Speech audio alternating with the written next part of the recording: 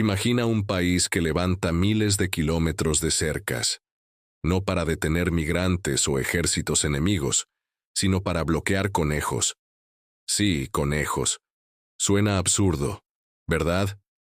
Pero en el corazón árido de Australia, entre desiertos polvorientos y llanuras interminables, esa idea cambió para siempre el destino de un continente. Lo que comenzó como una solución desesperada, terminó convirtiéndose en uno de los experimentos ecológicos más ambiciosos de la historia moderna.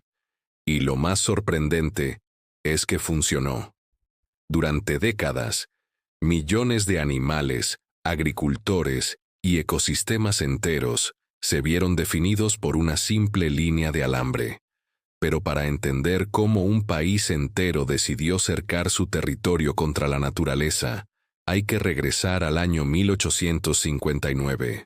Thomas Austin era un rico colono británico que vivía en su hacienda en Victoria. Un hombre entusiasta de la caza, nostálgico de los campos ingleses que había dejado atrás. En una tarde que parecía insignificante, liberó 24 conejos europeos en su propiedad. Su intención era simple: tener algo que cazar los fines de semana. Pero aquel gesto inocente se convirtió en el inicio de una de las invasiones biológicas más devastadoras de todos los tiempos. Australia, sin saberlo, era el paraíso perfecto para los conejos. Pastos infinitos, clima templado, pocos depredadores naturales y un suelo fértil que parecía diseñado para ellos. En menos de una generación, esos 24 animales se habían multiplicado en cientos de millones. En las granjas del sur, los agricultores decían que las colinas se movían como si respiraran, cubiertas por oleadas vivientes de conejos que devoraban todo a su paso. La escena era dantesca. Las cosechas desaparecían, el suelo quedaba pelado, y la erosión convertía los campos en desiertos. Los campesinos veían arruinadas sus vidas, mientras el gobierno calculaba pérdidas equivalentes a cientos de millones de dólares actuales. Se intentó de todo: trampas, venenos, cacerías masivas, hasta introducir enfermedades para reducir la población. Nada funcionaba. La plaga era incontrolable. Entonces surgió una idea radical. Si no podían exterminarlos, quizás podían detenerlos. Así nació el proyecto que el mundo conocería como The Rabbit Proof Fence, la valla contra conejos de Australia Occidental. En 1901 comenzó la construcción de una barrera, que se extendería por más de 1.800 kilómetros. Una línea interminable de postes, mallas metálicas y alambre, que atravesaba el desierto desde el sur hasta el norte. Era una obra titánica. Los obreros trabajaban bajo temperaturas que superaban los 40 grados, enfrentando tormentas de arena, escasez de agua y largas semanas aislados del mundo. Las provisiones llegaban en camellos o carretas tiradas por caballos. Cada tramo requería ajustes, reparaciones y vigilancia constante. El costo fue descomunal para la época: más de 80.000 libras esterlinas, el equivalente a más de 10 millones de dólares actuales. La prensa lo llamó un gasto inútil. Los políticos, una locura. Pero cuando se levantó el último poste, algo cambió. Por primera vez en años, los agricultores al oeste del muro pudieron dormir tranquilos. La cerca no eliminó el problema, pero sí lo contuvo. Salvó cosechas, redujo pérdidas y dio esperanza a miles de familias que habían estado al borde del colapso. Con el tiempo, la idea de las cercas se convirtió en parte del paisaje australiano. Lo que empezó como una defensa contra los conejos se transformó en una herramienta nacional. Los agricultores comenzaron a levantar sus propias barreras para proteger cultivos, limitar la erosión o controlar especies. Pero pronto se enfrentarían a un enemigo mucho más inteligente y letal: los dingos. Los perros salvajes de Australia eran tan astutos como implacables. Capaces de recorrer kilómetros en busca de presas, atacaban el ganado por las noches, dejando a los pastores en ruina. En algunas regiones, las pérdidas eran tan grandes que la ganadería parecía condenada. Fue entonces cuando las autoridades pensaron en aplicar la misma lógica que con los conejos: una cerca colosal que los mantuviera fuera. No era una barrera simbólica, era una línea entre la supervivencia y el fracaso. Así comenzó la segunda gran era de las vallas australianas, una guerra silenciosa entre humanos y depredadores, donde el acero y el alambre serían las nuevas armas. Pero lo que vendría después superaría todo lo imaginable, porque esa línea de metal no solo detendría a los dingos, sino que acabaría dividiendo a toda Australia.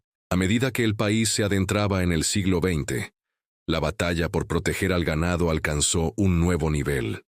Las cercas se extendían como cicatrices de acero sobre el continente, pero el enemigo no se rendía. Los dingos aprendieron a excavar, a saltar, a morder los bordes flojos, y en esa lucha constante nació una idea descomunal: construir una sola valla que los separara todo.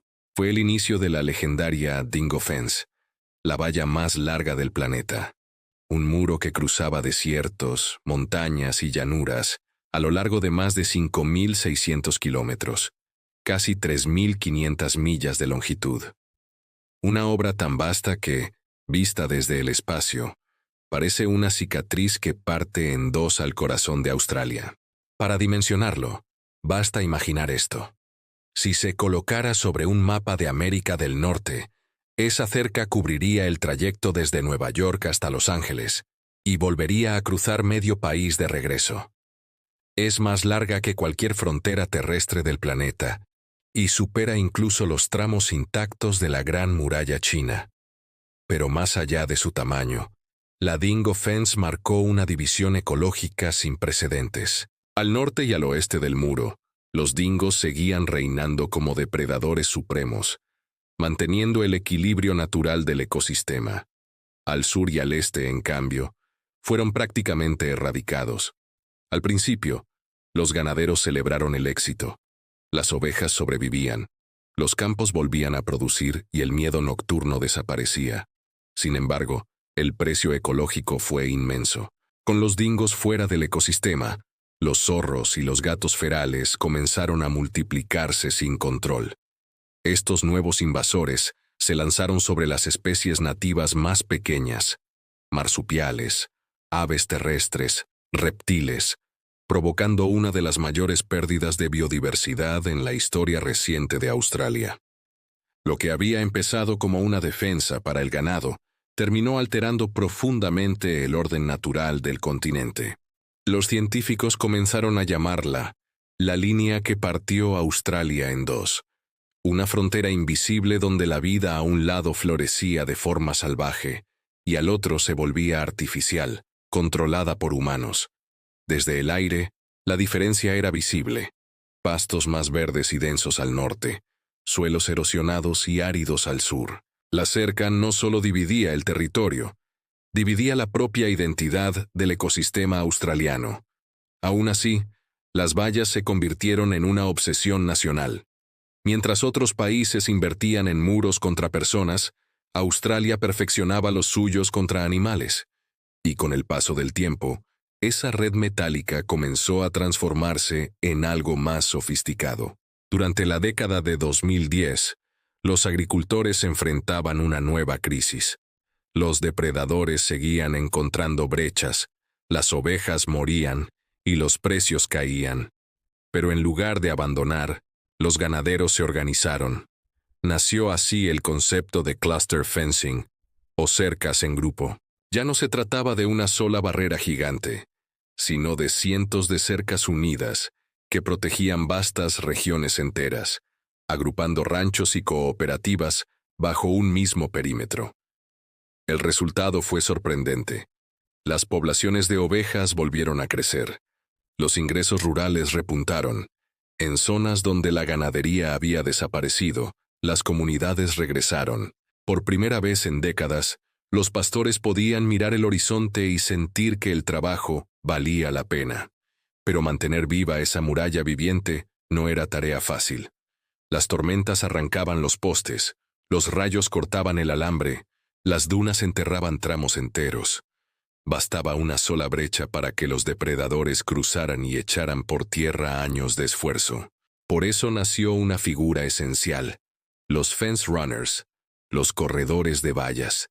equipados con camionetas, herramientas y agua, recorren kilómetros cada día bajo el sol abrasador, revisando cables, apretando tornillos y reconstruyendo secciones dañadas.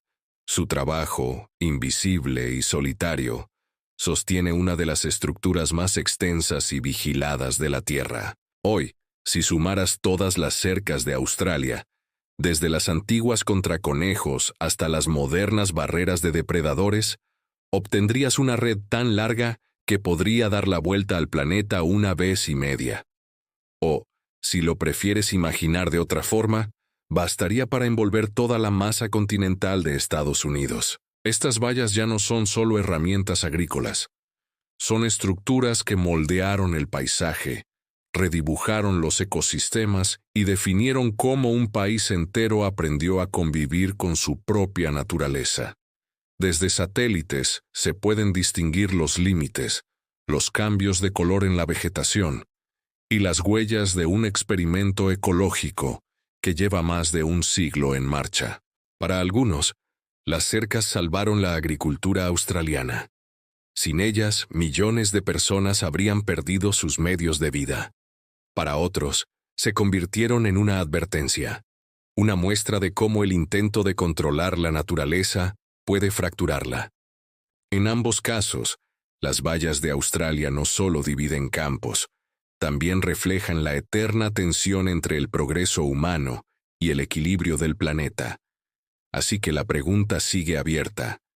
¿Las cercas salvaron la Tierra o simplemente crearon un nuevo tipo de desierto?